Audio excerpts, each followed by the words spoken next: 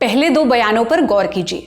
30 सितंबर की दोपहर इजराइल के रक्षा मंत्री ने कहा, हम लेबनान पर पानी, हवा और जमीन के रास्ते वार करने के लिए तैयार हैं। इसके थोड़ी देर बाद हिजबुल्लाह के डिप्टी शेख नईम कासिम बोले, हम इजराइल का मुकाबला करने के लिए तैयार हैं। सनुवाजिहु अय्य इह्तिमाल व मुस्तअद्दून इज़ा क़र्रर अल-इस्राईली अन यदख़ुल बर्रियन फ़ल-क़ुव्वात क़ुव्वात अल-मुक़ावमा जाहिज़ा लिल-इल्तिहाम अल-बर्री। इसके कुछ घंटे बाद इजराइल डिफेंस फोर्सेस यानी आईडीएफ ने जमीनी हमले का ऐलान कर दिया। एक्स पर लिखा, हमने साउथ लेबनान में लिमिटेड स्केल पर ग्राउंड रेड्स शुरू कर दिए हैं। आईडीएफ ने दावा किया, हमारा मकसद हिजबुल्लाह के ठिकानों को तबाह करना है ताकि लेबनान बॉर्डर के पास रहने वाले इजरायली नागरिकों की सुरक्षा सुनिश्चित की जा सके। इसके साथ ही 18 बरसों का संयम टूट गया। लेबनान में इजराइल की ग्राउंड फोर्स आखिरी दफा 2006 में घुसी थी।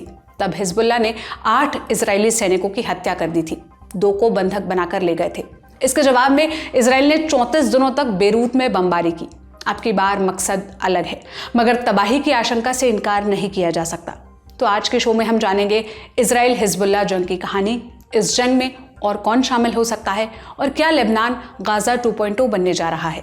नमस्ते, मेरा नाम सोनल है और आप देखना शुरू कर चुके हैं लल्लन टॉप का अंतर्राष्ट्रीय प्रसंगों से जुड़ा रोजाना का कार्यक्रम दुनियादारी, जहां आज बात इजराइल हिजबुल्लाह जंग की।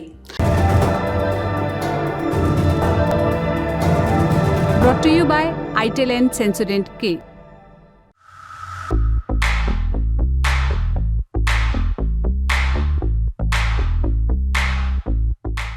हमने दुनियादारी में पहले भी लेबनान और हिजबुल्लाह के बारे में विस्तार से बात की है। अगर आप डिटेल में जानना चाहते हैं तो इस डिस्क्रिप्शन में दिए हुए वीडियोस पर आप क्लिक कर सकते हैं। आज रिकैप करा देते हैं कुछ बेसिक बातें। लेबनान वेस्ट एशिया में बसा देश है, भूमध्य सागर के किनारे पर। यहाँ आबादी लगभग 55 लाख है। लेबनान की दक्षिणी सीमा इजराइल से लगती है। दोनों देशों के बीच लगभग 120 किलोमीटर लंबी सीमा है। लेबनान की उत्तरी और पूर्वी सीमा सीरिया से लगती है। लेबनान की राजनीति में सीरिया का लंबा दखल रहा है। सीरिया की फौज 2005 तक लेबनान में थी। हिजबुल्लाह लेबनान का चरमपंथी संगठन है। 1980 के दशक में इसकी स्थापना हुई थी। लेबनान के सिविल वॉर के दौरान हिजबुल्लाह को ईरान का प्रॉक्सी माना जाता है। SLS और पैराबेन गॉन, तो उसका करंट ऑन। What then? इसके पोटेशियम आयंस करें टूट का करंट गॉन, लाइव का करंट ऑन। 1979 में ईरान में इस्लामिक क्रांति हुई थी। अयातुल्लाह रूहुल्लाह खुमैनी ने इस्लामिक रिपब्लिक की नींव रखी। उन्होंने इजराइल को छोटा शैतान बताया, बड़ा शैतान अमेरिका को। फिर 1982 में इजराइल ने लेबनान पर हमला किया फिलिस्तीनी गुटों के खिलाफ। तब ईरान ने अमल मूवमेंट के एक धड़े को सपोर्ट दिया। ये आगे चलकर हिजबुल्लाह बना। 1992 में हिजबुल्लाह लेबनान की पॉलिटिक्स में शामिल हो गया, मगर उसने अपनी सशस्त्र सेना भी बचाकर रखी। आज के समय में हिजबुल्लाह की फौज लेबनान की आर्मी से ज्यादा ताकतवर है। हिजबुल्लाह एक्सेस ऑफ रेजिस्टेंस के सबसे अहम किरदारों में से एक है। ये ईरान के प्रॉक्सी गुटों का अनौपचारिक संगठन है। इसमें हिजबुल्लाह के अलावा सीरिया सरकार, यमन के हूती विद्रोही, हमास, फिलिस्तीन इस्लामिक जिहाद और इस्लामिक रेजिस्टेंस इन इराक जैसे गुट हैं। ईरान इनका सरगना है। अक्टूबर 2023 में शुरू हुई गाजा जंग में हिजबुल्लाह ने हमास का समर्थन किया, फिर इजराइल पर हमला करने लगा। बोला, जब तक गाजा में संघर्ष विराम नहीं होता वो हमला बंद नहीं करेगा। उसका मकसद था इजराइल का ध्यान भटकाना। 11 महीनों तक इजराइल ने खुफिया ऑपरेशंस और हवाई हमलों के जरिए जवाब दिया। सितंबर 2024 में उसने पूरा फोकस हिजबुल्लाह पर लगा दिया। इसी क्रम में 17 सितंबर को हिजबुल्लाह के पेजोस में धमाके हुए, 18 सितंबर को वॉकी टॉकीज फटे, फिर 27 सितंबर को हिजबुल्लाह के हेडक्वार्टर पर बमबारी हुई। इस हमले में गुट के सरगना हसन नसरल्लाह की मौत हो गई। नसरल्लाह 1992 से हिजबुल्लाह की कमान संभाल रहा था। अभी उसका रिप्लेसमेंट घोषित होना बाकी है। उससे पहले ही इजराइल ने जमीनी हमला शुरू कर दिया है। उसके टैंक साउथ लेबनान में चक्कर काट रहे हैं। हमले के बाद इजराइल बोला, हमारी लड़ाई हिजबुल्लाह से है, लेबनान के आम लोगों से नहीं। These localized ground raids will target Hezbollah strongholds that threaten Israeli towns, kibbutzim, and communities along our border. Hezbollah turned Lebanese villages next to Israeli villages into military bases, all ready for an attack on Israel. If the state of Lebanon and the world can't push Hezbollah away from our border, we have no choice but to do it ourselves. I want to make it clear. Our war is with Hezbollah, not with the people of Lebanon. We do not want to harm Lebanese civilians, and we're taking measures to prevent that. Lebanon में Israel का ground invasion ऐसे समय में शुरू हुआ जब Gaza पट्टी की जंग खत्म नहीं हुई है। इजराइल दो मकसद के साथ गाजा में घुसा था, हमास का समूल नाश और बंधकों की रिहाई। इनमें से कोई भी मकसद पूरा नहीं हुआ। 100 से ज्यादा बंधक अभी भी हमास के कब्जे में हैं। इसके बावजूद इजराइल ने अपना फोकस हिजबुल्लाह पर आखिर क्यों शिफ्ट किया? ऑब्जर्वर रिसर्च फाउंडेशन यानी ORF में फेलो कबीर तनेजा से समझते हैं। देखिए, अच्छा सवाल है। मेरे ख्याल से जो हॉस्टेजेस के रिलीज का जो मामला है वो उन्होंने थोड़ा जिसको कहते हैं बैक बर्नर पे रख दिया है। अभी जो मिलिट्री एम्स जो हैं इजराइल के, वो इजराइल के खुद के शब्दों में उनके हिसाब से गाजा में हमास की डिफीट ऑलमोस्ट तय है। उनके उनके शब्दों में याया सिनवर ने इस्माइल हानिया के से लीडरशिप ली थी हमास की, लेकिन तब से याया सिनवर से हमने कुछ सुना नहीं है कि उनके प्लान्स क्या हैं, वो क्या चाहते हैं इसराइल से, वो क्या चाहते हैं नेगोशिएशन से। हम ये सुन रहे थे, पहले हॉस्टेजेस की सीज फायर की बात हो रही थी, हॉस्टेजेस के रिलीज के टर्म्स एंड कंडीशंस की बात हो रही थी, कतार, इजिप्ट, US ये सब मिलके बात कर रहे थे हमास से। वो सब बंद हो गया है। अब वो क्यों बंद हुआ है वो अभी कोई जानता नहीं है मेरे ख्याल से, लेकिन एक ये कहते हैं कि याया सिनवर ने बात करना बंद कर दिया है। अब वो क्यों बंद किया है? क्या वो अभी भी जिंदा हैं? क्या वो बहुत इंजर्ड हैं? क्या वो मर गए हैं? अभी की वो ये जो याया सिनवर की जो फेट है वो कोई नहीं जानता है। जब तक वो फेट क्लैरिफाई नहीं होती कि याया सिनवर अभी जिंदा है, अगर वो जिंदा है तो क्या चाहते हैं, अगर इंजर्ड है तो उनके अलावा कौन बोलेगा हमास की तरफ से, और अगर वो मर गए हैं तो नेक्स्ट लीडरशिप क्या होगी, ये बड़े प्रश्न हैं हमास को लेके अभी तक। तो बिकॉज ये कॉन्वर्जेशन चल रही है तो मिलिटरीली थोड़ा कैपेसिटी फ्री हो गई है इसराइल की, तो वो ज्यादा नॉर्दर्न एरिया में कंसंट्रेट कर सकते हैं। एंड एक लास्ट पॉइंट जो बहुत इंपॉर्टेंट है, हमास का जो वार हुआ था, टेरर अटैक जो उन्होंने इसराइल में किया अक्टूबर में, उसके लिए इसराइल तैयार नहीं था, लेकिन इसराइल हमेशा से हिजबुल्लाह से लड़ने के लिए तैयार रहा है। तो जो अभी हम देख रहे हैं, जो ऑपरेशंस देख रहे हैं, वो इसराइल प्लान कर चुका है पिछले 10-12 सालों में। जो हमास के साथ लड़ाई थी वो अनप्लान्ड थी, वो उसको एकदम से देखना पड़ा था कि इसको अब कैसे लड़ा जाए, लेकिन हिजबुल्लाह के लिए वो हमेशा से तैयार थे। तो ये डिफरेंशिएशन बहुत इंपॉर्टेंट है। इजराइल ने कहा कि हिजबुल्लाह के खिलाफ लिमिटेड स्केल पर ऑपरेशन चलाया जाएगा। ऐसा ही उसने गाजा पट्टी में जमीनी हमले से पहले कहा था, मगर अंत में उसको पूरी सेना उतारनी पड़ी। लेबनान में इजराइल के सामने आखिर क्या क्या चुनौतियां होंगी? हिजबुल्लाह से ग्राउंड पर लड़ना उसके लिए आखिर कितना मुश्किल होने वाला है?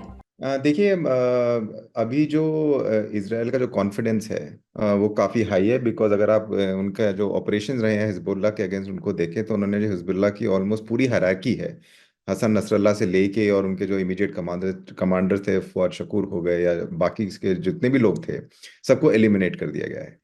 तो एक जितना ये हिजबुल्लाह ने लॉस देखा है अभी पिछले 1-1.5 महीने में, वो अपने ग्रुप ने जब से उनकी फॉर्मुलेशन हुई है 1982 में, तब से नहीं देखा। तो काफी सिग्निफिकेंट लॉस है, और इसराइल को मेरे ख्याल से अब लग रहा है कि यही सबसे ऑपरच्यून मोमेंट है कि जो बचा कुचा और उनकी मिलिट्री कैपेबिलिटीज जो हैं, जैसे उनके मिसाइल सिस्टम्स हो गए, उनकी नई कैपेबिलिटीज हैं, जो क्रूज मिसाइल हैं, जो खुद टारगेट कर सकती हैं, जो नई टेक्नोलॉजीज हैं, उनको डिसेबल करना मेरे ख्याल से अब इसराइल को लग रहा है काफी इंपॉर्टेंट है। क्योंकि अगर किसी भी तरह हिजबुल्लाह ने अपने आप को रिवाइटलाइज करने की कोशिश की, अपने आप को फिर से बनाने की कोशिश की, तो ये मिसाइल सिस्टम्स, ये वेपन सिस्टम वापस उनके पास ना आए और उनको फिर से काफी मुश्किलें का सामना करना पड़े कि वेपन्स फिर से कहाँ से आएंगे। तो एक तो मेरे ख्याल से ये सोच है। दूसरी सोच ये है, जो इसराइल के लिए भी थोड़ा खतरा है, कि जो उनका आइडिया है कि वो बफर जोन बनाएंगे साउथ लेबनान में। उसका मतलब ये हुआ कि वो अपनी फोर्सेस साउथ लेबनान में भेज के थोड़े टाइम के लिए टेरिटरी को होल्ड में रखेंगे अपने ऑपरेशंस के अंडर। वो इसराइल पहले 2 बार कर चुका है। 2006 में किया था और उससे पहले 1992 में किया था। जब 1992 में किया था तो उनको 1999 के एंड में और 2000 के शुरुआत में छोड़ना पड़ा था, वाइल दे स्ट्रेटेजिक जो उनके एम्स थे वो पूरे नहीं हुए थे। 2006 में भी स्ट्रेटेजिक एम्स पूरे नहीं हुए थे, उनको बफर जोन को छोड़ना पड़ा था। अब क्या ऐसा चेंज हुआ है कि उनके जो स्ट्रेटेजिक एम्स हैं वो लॉन्ग टर्म के लिए सफल होंगे एक बफर जोन से, वो अभी क्लैरिटी नहीं है मेरे ख्याल से, एटलीस्ट पब्लिक इंफॉर्मेशन में। तो वो देखना पड़ेगा कि अगर उस हिसाब से इजराइल कामयाब होता है या नहीं, जो ग्राउंड ऑफेंसिव है उसको लेकर। लेबनान पर हमले के साथ ही रीजनल वॉर की आशंका बढ़ने लगी है। रीजनल वॉर तब होगा जब रेगुलर आर्मी इजराइल के खिलाफ जंग का ऐलान कर दे। अभी तक जो 3 गुट इजराइल पर अटैक कर रहे हैं वो नॉन स्टेट एक्टर्स हैं, हमास, हूती विद्रोही और हिजबुल्ला। ये अलग बात है कि लेबनान में हिजबुल्ला का वर्चस्व सबसे ज्यादा है, मगर उसको लेबनान का आधिकारिक पक्ष नहीं माना जाता। हिजबुल्ला को मदद की सबसे ज्यादा उम्मीद ईरान से होगी, लेकिन ईरान ने साफ कर दिया है कि वो इजराइल के खिलाफ अपनी सेना नहीं भेजेगा। हमने एक्सपर्ट से पूछा कि ईरान इजराइल से सीधे जंग से क्यों बच रहा है। अगर ईरान नहीं, फिर हिजबुल्ला का साथ कौन दे सकता है? देखिए, हिजबुल्ला की हमें समझना पड़ेगा, हिजबुल्ला जिसको कहते हैं ईरान का क्राउन ज्यूल है। जो उनका जो ईरान की जो थिंकिंग है, फॉरवर्ड डिफेंस कहते हैं उसको। फॉरवर्ड डिफेंस का मतलब ये हुआ कि वो चाहते हैं कि ये जो उनका जो सपोर्ट है, चाहे वो हिजबुल्ला के साथ हो या हमास के साथ हो या कतैब हिजबुल्ला के साथ हो जो इराक में ग्रुप है, और ऐसे काफ़ी छोटे छोटे ग्रुप्स हैं सीरिया में और इराक में, जो ईरान की सपोर्ट से उनको काफ़ी ईरान से सपोर्ट मिलता है। ईरान चाहता है कि ये लोग आगे की जंग लड़ और जो पॉलिटिकल और डिप्लोमेटिक प्रेशर्स जो हैं वो ईरान अपना लगाता रहे पीछे से। अब प्रॉब्लम ये आ गई है कि हमास का भी टॉप लीडरशिप नहीं है और हिजबुल्ला का भी टॉप लीडरशिप नहीं है। जो सबसे बड़े और पावरफुल ग्रुप्स थे, दोनों के टॉप लीडरशिप्स नहीं है। और अब ये देखा जा रहा है कि अब उनकी जो मौतें हुई हैं उनको अवेंज कौन करेगा। और जो मानी हुई बात है, जो पहला नाम लोगों के दिमाग में आता है वो ईरान का आता है, लेकिन ईरान का डायरेक्ट इजराइल से कॉन्फ्रंटेशन का कभी प्लान था ही नहीं। हमेशा से प्लान ये था कि ये जो ग्रुप्स वो सपोर्ट करता है वो इजराइल को धीरे धीरे करके एंगेज रखेंगे इन अ काइनेटिक वे, जिसको कहते हैं एक मिलिट्री वे में। और पीछे से जो प्रेशर आता है, जो डिप्लोमेटिक और पॉलिटिकल प्रेशर आता है, वो ईरान देता रहेगा। देखिए, आपको ये भी याद रखना पड़ेगा, जब ये जंग चल रही है साथ साथ, ईरान की जो डेलीगेशन गई थी यूनाइटेड नेशंस जनरल असेंबली के लिए, वो ये भी बात कर रहे थे कि वो यूएस से फिर से बात करना शुरू करना चाहते हैं, यूरोप से फिर से बात करना शुरू करना चाहते हैं, न्यूक्लियर डील को लेके फिर से नेगोशिएशन स्टार्ट करने की बात कर रहे थे। तो उनकी डिप्लोमेसी कुछ और ही बात कर रही है, वाइल काइनेटिक और मिलिट्री कुछ और बात कर रही है। तो मेरे ख्याल से ईरान को पता है कि अगर वो कन्वेंशनल वे में इजराइल से लड़ने जाएगा तो सबसे पहले जो मैदान में उतरेगा वो यूएस उतरेगा। और एक और प्रॉब्लम ईरान के लिए होगी कि अगर वो 10, 12, 15 साल के लिए जंग में फिर से फंसा तो उनकी जो बची कुछ इकोनॉमी है, जो अभी वो तेल बेचते हैं चाइना को और इधर उधर, जिससे काफ़ी पैसा आता है, वो सब बंद हो जाएगा। और आप हमें एक चीज़ याद रखनी पड़ेगी as a final point, Iran 10-11 साल की जंग पहले लड़ चुका है इराक के साथ, और उस 10-11 साल की जंग में ईरान ने बहुत कुछ खोया है ना, कैपेसिटी को लेके, इकोनॉमी को लेके। काफी हद तक वो उस जंग उनके दिमाग में पीछे रहती है कि ऐसी लॉन्ग प्रोट्रैक्टेड वॉर जो 10-11 साल चले, वो नेशन बिल्डिंग और नेशन स्टेबिलिटी और political power of the ayatollah के लिए बहुत मुश्किल हो सकती है, और उनकी पावर वो सही सलामत रहे उसके लिए भी बहुत मुश्किल हो सकती है। तो इनको ये सब सोच को लेके ईरान डायरेक्टली जंग में नहीं उतरेगा। वो चाहता है ये जो ग्रुप्स हैं वही आगे रहें, और मेरे ख्याल से जो ईरान करेगा वो ये है कि वो हिजबुल्ला को रीबिल्ड करने की कोशिश करेगा। बड़ा सवाल ये है कि हिजबुल्ला और हमास अब ईरान को कैसे देखते हैं और वो उनका सपोर्ट अब कैसे देखते हैं, क्योंकि जो खून बहता है आगे जंग में, अभी फिलहाल तो वो तो हिजबुल्ला और हमास का बहता है, ईरान का डायरेक्टली बहुत ही कम होता है। तो क्या हिजबुल्ला अपना रिलेशनशिप ईरान के साथ बदलता हुआ देखता है, वो ज्यादा बड़ा प्रश्न रहेगा। इस बीच इजराइल ने ईरान को धमकी दी है। 30 सितंबर को प्रधानमंत्री नेतन्याहू ने कहा कि मिडिल ईस्ट में ऐसी कोई जगह नहीं है जहां इजराइल नहीं पहुंच सकता। सुनिए। Every day you see a regime that subjugates you make fiery speeches about defending Lebanon, defending Gaza. Yet every day that regime plunges our region deeper into darkness and deeper into war. Every day, their puppets are eliminated. Ask Mohammed Deif. Ask Nasrallah. There is nowhere in the Middle East Israel cannot reach. There is nowhere we will not go to protect our people and protect our country. ये तो हुई अभी तक की कहानी। अब ये समझते हैं कि इजराइल की तुलना में हिजबुल्ला कहां है।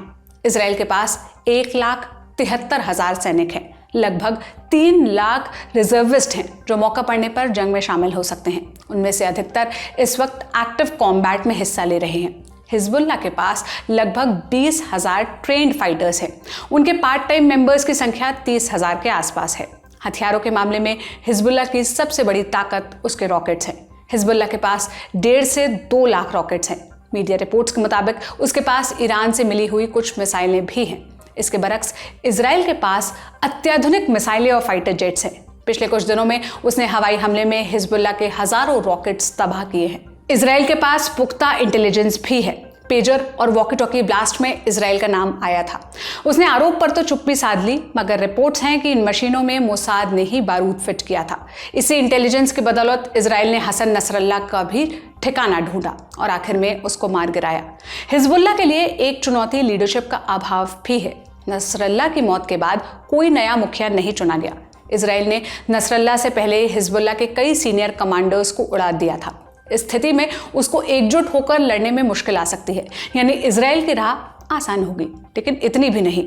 हमास की ही तरह हिजबुल्लाह के पास भी सुरंगों का जाल है। उसके लड़ाके अपनी जमीन को कहीं बेहतर ढंग से जानते हैं। अगर इजराइल लेबनान की सीमा में बहुत अंदर तक घुसा तो स्थिति बेकाबू हो सकती है। हालांकि इजराइल ने कहा कि हमास का मामला अलग था, हिजबुल्लाह का अलग है। हमने वेस्ट एशिया मामलों के जानकार कमर आगा से पूछा कि गाजा वॉर की तुलना में लेबनान की जंग अलग कैसे है और क्या लेबनान का हाल गाजा पट्टी जैसा हो सकता है। देखिए, ये कहना ज़रा मुश्किल होगा, इसलिए कि हिजबुल्लाह का इस वक्त कमांड स्ट्रक्चर बिल्कुल टूट गया है। उनके जो टॉप लीडर्स थे मारे गए और नया लीडर अभी उसकी नियुक्ति नहीं हुई है। मगर Hezbollah as an organisation, as a political organisation, उसकी जो पार्लियामेंट में जो है वहाँ पे, प्लस उसके साथ साथ जो ऑर्गेनाइजेशन है वो अभी मौजूद है। लीडरशिप की कमी है और ये भी संभव है कि अगर दोबारा से संगठित हो गई, इसलिए कि इनके पास वेपन बहुत है, असलहे भी बहुत हैं, ड्रोन्स भी हैं, मिसाइल्स भी अलग अलग दूरी के हैं, इनके पास हाइपरसोनिक मिसाइल्स भी हैं। अगर ये वहाँ पे संगठित हो जाते हैं और अपने को एक गोरिल्ला वारफेयर में कन्वर्ट कर लेते हैं, फुल फ्लैश वार तो ये नहीं लड़ सकते। हाँ, लेकिन ये कि गोरिल्ला वार के तहत ये अपने ही क्षेत्र में अगर लड़ाई लड़ेंगे तो इसराइल की सेना के लिए बहुत मुश्किल हो जाएगी। हालांकि इसराइल के भी असेस कर रहा है, उनके लोग अंदर गए, स्टडी किया, चले आए। उन्हीं ने कहा उनका मिशन ये है कि वहाँ पे जाएंगे और इनके जो टनल्स हैं साउथ लेबनान बॉर्डर के ऊपर जहाँ से इन्हीं ने अपने ड्रोन और मिसाइल को लॉन्च करते हैं, वो पूरा क्षेत्र और असलहों को ध्वस्त करेंगे और हिजबुल्लाह को भी कमज़ोर करके वापस आने का प्लान तो पेपर पे बन जाते हैं, आसान होता है, लेकिन इम्प्लीमेंट करना बहुत मुश्किल होता है। पिछली दफ़े भी उन्हीं ने, इसराइल ने इस तरह की 2006 में भी कहा था कि वो जाएंगे लिटानी रिवर तक और वहाँ जाके फिर उसके बाद हम हिजबुल्लाह का समा वो ख़त्म कर देंगे और वापस आ जाएंगे। मुश्किल होता, आइडियोलॉजी से लड़ना मुश्किल होता। अब इजराइल हिजबुल्लाह जंग शुरू हो चुकी है, इसका भारत और बाकी दुनिया पर क्या असर पड़ सकता है? इसका अगर इजराइल और हिजबुल्लाह की जंग का सीधा असर ज्यादा नहीं पड़ेगा। हाँ, अगर ये युद्ध फैल के ईरान तक पहुंच जाता है, जिसकी बार बार इजराइल के प्रधानमंत्री बेंजामिन नेतन्याहू बात करते हैं, जिक्र करते हैं, उन्हीं ने यहाँ तक कह दिया कि जल्दी ही आज़ादी की बात ईरानियों से की। फिर ये भी कहा कि पर्शियन और ईरान फ्रेंडशिप के बारे में बात की, नई सरकार की बात की, नया जो मिडिल ईस्ट ऑर्डर की बात की, नया प्लान की बात की कि मिडिल ईस्ट का फ्यूचर कैसा होगा। अरबों को भी नसीहत दी, ईरान से भी ईरानी जनता को एड्रेस किया है। अगर वहाँ पे होगा तब सीधा असर भारत पे पड़ेगा, क्योंकि उस ऐसी हालात में इस पूरे क्षेत्र में फिर ये असर पड़ेगा इसका। और लगभग 90 लाख इंडियन वहाँ पे काम करते हैं। फिर उसके अलावा ये कि 40-45 बिलियन डॉलर रिमिटेंसेज आते हैं जो ये लोग काम करने वाले इंडिया भेजते हैं पैसा। फिर उसके अलावा ये भी है कि हमारा लगभग 190 बिलियन डॉलर का बाइलेटरल ट्रेड है इस क्षेत्र से। फिर 95 और 90 के बीच में तो सिर्फ यूएई से हमारा द्विपक्षीय ट्रेड है, और तो इस तरह से फिर उनके यहाँ से इन्वेस्टमेंट भी आता है। तेल की सप्लाई हमारी ऑलमोस्ट 60% इधर ही से आती है। क्षेत्र बहुत करीब है, ट्रांसपोर्टेशन कार्ड्स हमको कम पड़ती है, तो उसका बहुत असर पड़ेगा अगर तेल की सप्लाई डिस्टर्ब होती है और क्षेत्र फैलता है, तो फिर एक बड़ी समस्या खड़ी हो जाएगी, न केवल भारत बल्कि ग्लोबल इकोनॉमी। लेबनान से और क्या अपडेट्स हैं, आइए पॉइंट दर पॉइंट जान लेते हैं। पहला अपडेट ग्राउंड ऑपरेशन से जुड़ा है। इजराइल साउथ लेबनान में 25 गांव खाली करा रहा है। शुरुआती चरण में जमीनी हमले का फोकस इन्हीं इलाकों पर रहेगा। ये गांव इजराइल की उत्तरी सीमा से लगे हैं। इजराइल का कहना है कि हिजबुल्ला वहीं से अटैक्स लॉन्च करता रहा है। दूसरा अपडेट लेबनान का है। 1 अक्टूबर को हिजबुल्ला ने मोसाद के हेडक्वार्टर पर रॉकेट अटैक का दावा किया। हमले में किसी को कोई नुकसान नहीं हुआ। मोसाद इजराइल की खुफिया एजेंसी है। इसका मुख्यालय तेल अवीव में है। तीसरा अपडेट विस्थापितों से जुड़ा है। लेबनान के प्रधानमंत्री नजीब मिकाती ने कहा कि जंग के चलते 10 लाख से ज्यादा लोग विस्थापित हो चुके हैं। आने वाले दिनों में ये संख्या और बढ़ सकती है। तो ये था हमारा बड़ी खबर सेगमेंट। अब आज की सुर्खियां जान लेते हैं। पहली सुर्खी प्रधानमंत्री नरेंद्र मोदी के फोन कॉल से जुड़ी है। 30 सितंबर को उन्होंने इजराइल के प्रधानमंत्री बेंजामिन नेतन्याहू से फोन पर बात की। पीएम मोदी ने एक्स पर एक पोस्ट कर इसकी जानकारी दी। उन्होंने लिखा, आतंकवाद के लिए हमारी दुनिया में कोई जगह नहीं है। पीएम मोदी ने इजरायली बंधकों की रिहाई का भी जिक्र किया। अभी भी 100 से ज्यादा बंधक हमास के कब्जे में हैं। पीएम मोदी ने 23 सितंबर को न्यूयॉर्क में फिलिस्तीनी राष्ट्रपति महमूद अब्बास से भी मुलाकात की। वहां उन्होंने फिलिस्तीनी लोगों के लिए चिंता जताई थी। अब आज की दूसरी और अंतिम सुर्खी जान लेते हैं, जो जापान से आई है। 27 सितंबर को जापान को नया प्रधानमंत्री मिल गया। नाम है शिगेरू इशिबा। उनके बारे में हमने आपको पहले भी बताया था। अब उन्होंने तय समय से 1 बरस पहले चुनाव कराने का फैसला किया। पहले चुनाव 2025 में होना था, अब 27 अक्टूबर 2024 को होगा। 27 सितंबर को शिगेरू इशिबा को सत्ताधारी लिबरल डेमोक्रेटिक पार्टी यानी एलडीपी का लीडर चुन लिया गया है। इसके साथ ही उनका प्रधानमंत्री बनना तय हुआ था। अमूमन जापान में सत्ताधारी पार्टी का नेता ही प्रधानमंत्री बनता है। 1 अक्टूबर को उन्होंने फूमियो किशिदा की जगह ली। शिगेरू इशिबा की एलडीपी संसद के दोनों सदनों में बहुमत में है। दूसरे विश्व युद्ध के बाद इसी पार्टी ने सबसे ज्यादा समय तक सरकार चलाई है, लेकिन किशिदा के कार्यकाल के दौरान पार्टी की छवि काफी खराब हुई थी और सरकार की अप्रूवल रेटिंग बहुत ज्यादा गिर गई थी। इस वजह से किशिदा ने अगस्त 2024 में अपने इस्तीफे का ऐलान किया था। जापान के चुनाव पर हमारी नजर बनी रहेगी।